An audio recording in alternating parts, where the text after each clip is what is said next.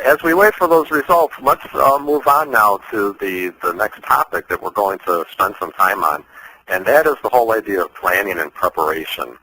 Let me tell you quickly a quick story, and then we'll get our poll results up. When I was in college, I studied to become a teacher, and in one of my education classes, my professor stated very bluntly that when it comes to effective teaching, that planning and preparation make up 70% of the total act of teaching a lesson.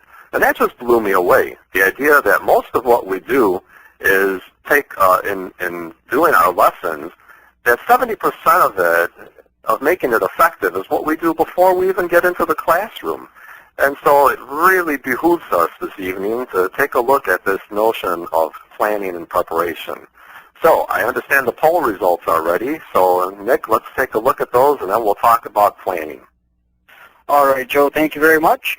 And we do have far and away a winner in this one. We have C, thoroughly excited, but could use some pointers. 60% of our audience in that category. Excited but somewhat nervous is number 2 at 33%, and then we have just about a dead heat between those who think it's all a piece of cake and those who are scared to death.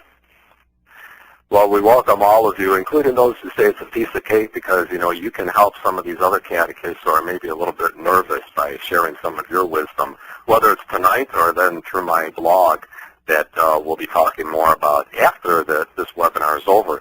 Let's get back to this notion of planning and preparation. I said it makes up 70% of the total act of teaching a lesson.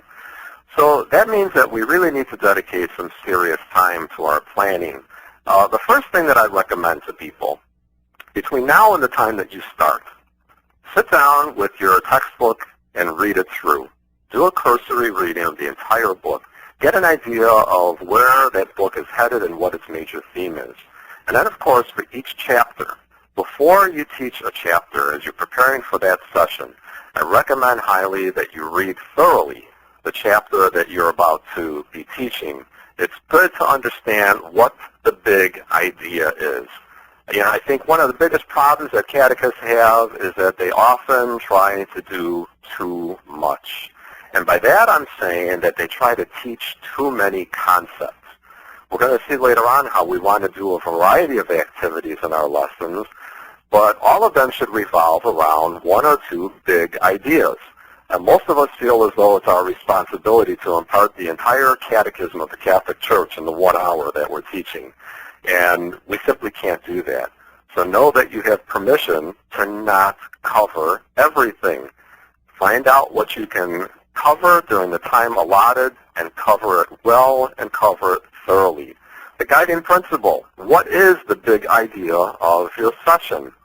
You should be able to sum that up in one sentence. I like to tell people it's a lot like a priest or deacon preparing to do a homily. If they can't summarize that homily in one sentence, watch out. And the same is true of our lessons. If we can't summarize the big idea in a sentence or two, we're not going to be sure, and the people we're teaching are not going to be sure of where we're headed either. Now, when you state that in one sentence, this is what we refer to as a learning outcome. So the sentence begins, as a result of this session, participants will be able to. Your job is to fill in that blank. And that's how you state your big idea. Now, how you fill in that blank can be in a variety of ways. You might say, as a result of this session, the learners will be able to describe something or recall or perhaps explain. Maybe they'll be able to compare something, or they're going to write something. Perhaps you're calling on them to defend something or to choose. If you look at all of those verbs, notice how they're all referring to what the learners are going to be able to do. All too often we fall into the trap of planning our lessons revolving about what we are going to do as catechists. Now, I'm going to teach the sacrament of baptism. Well, that's nice. Now we know what you're doing, but we need to know what the learners are supposed to be doing and how you're going to be able to assess what they have accomplished. Now, let's take a look at an example from a catechist manual to see just how your catechist manual, no matter what brand you're using, is going to help you to do this. Let me draw your attention First of all, we were just talking about learning outcomes. So I'm going to draw your attention here to this notion of the learning outcomes in our session. So I have a little arrow pointing at the outcomes. This page is taken from the Finding God program. It's called the Get Ready Guide.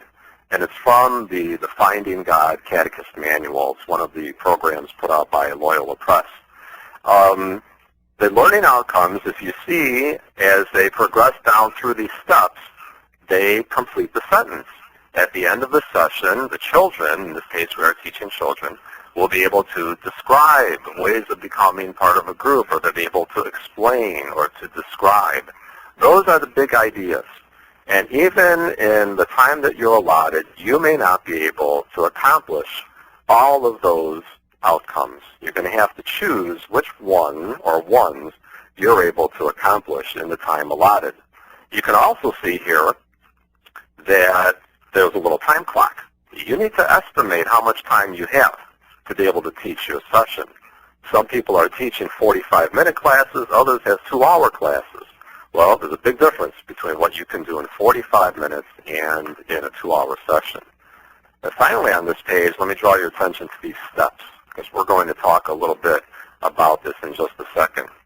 In the Finding God program, these steps are outlined in 4 ways. We have 4 steps: an engage step, an explore step, we have a reflect step, and respond. Basically what I want you to know is that a lesson has a flow to it. These steps follow a flow of beginning with the life experience of the learners, proceeding through the teachings of the church, giving us an opportunity to pray, and then moving beyond and back out into the world. Now, in just a second, we're going to be stopping to take some questions so we can get more audience participation. So feel free to start sending in those questions if you haven't already.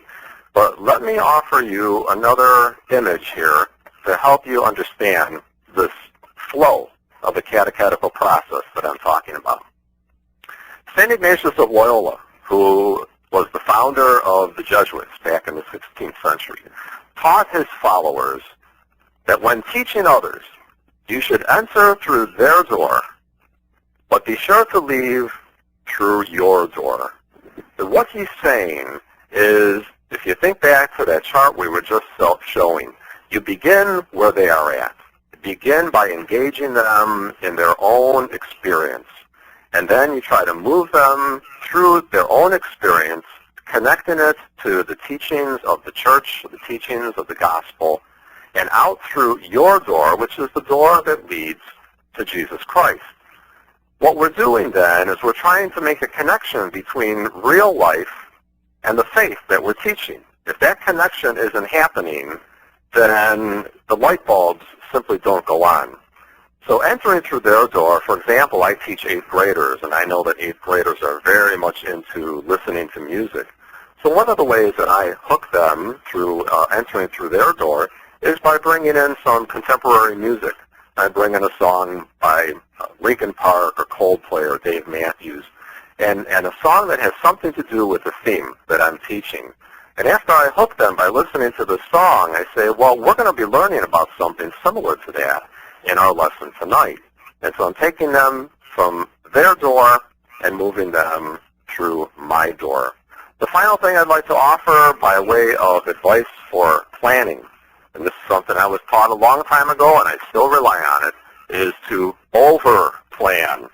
Always make sure you have more than you'll need. There's nothing worse than preparing to teach a lesson that you think is going to take an hour, and after 17 minutes, you're done. And you now have, what's the math on that, 43 minutes left to finish up, and you're wondering, how am I going to do that? So over-plan. Have plan B, plan C, and plan Z prepared to help you out as well.